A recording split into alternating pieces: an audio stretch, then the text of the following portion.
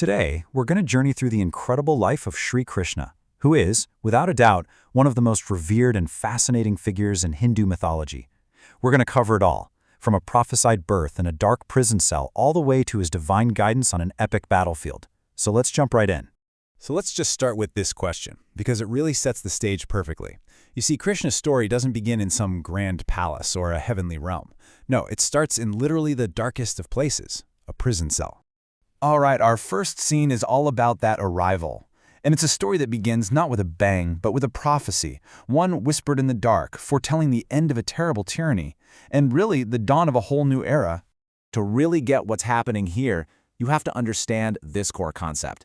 In Hindu philosophy, there's this idea that when things get too out of whack, when unrighteousness and cosmic imbalance, a state known as a dharma, grows too strong, a divine power has to step in to restore balance. This is the whole reason Krishna needed to arrive on Earth in the first place. And that divine power, when it descends to Earth, well, it takes the form of an avatar. It's a deity who comes down with a very specific mission. And in this story, that mission is to fix the cosmic balance. And the avatar, of course, is Krishna. Wow, I mean, this slide just lays out the pure drama of his birth. He's born to his parents, Devaki and Vasudeva, but as you can see, they're not royalty, they're prisoners. His mother's own brother, the tyrant King Kansa, was told by a prophecy that her 8th son would be his downfall. So what does he do? He locks them away. And yet, on this stormy, miraculous night, hope was born.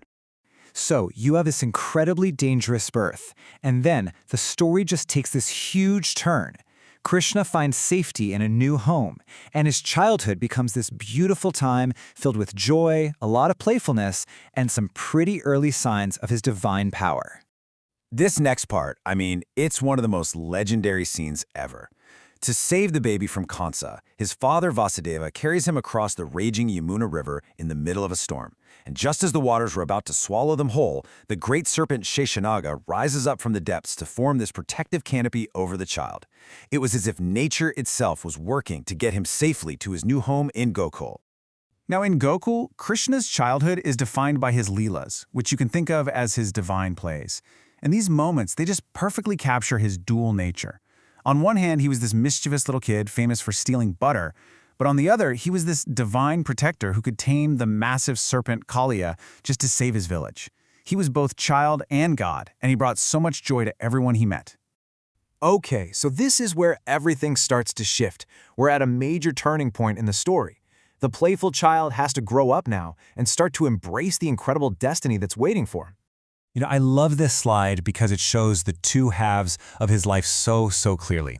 You have the beloved flute-playing prankster from Gokul on one side, and then he evolves into the figure who's going to take on tyrants, teach these profound spiritual truths, and, guide humanity. It's the same divine person, just expressed for a different, much larger purpose.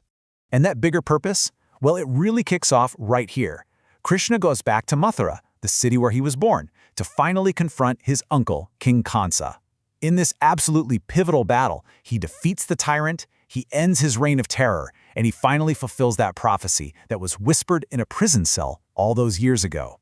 But, believe it or not, his work was far from over. Years later, we see him in what might be his most famous role, during the epic war of the Mahabharata. And here's the thing, he's not a king on the battlefield. He's a humble charioteer and a divine guide to the warrior Arjuna, who is facing this huge moral crisis of having to fight his own family. And it's right there, on that battlefield, with Arjuna just completely frozen and confused, that Krishna reveals this massive concept, dharma. And it's not just a set of rules. It's about one's moral duty, your purpose in the grand cosmic order. He teaches Arjuna to do the right thing, to act righteously, without getting attached to the outcome. And this profound conversation, well, that becomes the sacred text we know as the Bhagavad Gita. So, all of this brings us to our final section. Let's look beyond the specific events of his life to really understand his timeless impact and what he still represents to so many people today.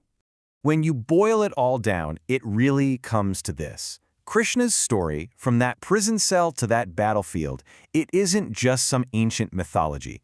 For millions of people, his teachings on duty, on action, and on devotion, they offer a kind of spiritual roadmap for how to navigate the complexities of life. And so we kind of end up back where we started, with a question. But this one's for you. From the playful butter thief to the divine guide, his life is this incredible study in contrasts and in purpose. So what can we take away from all this?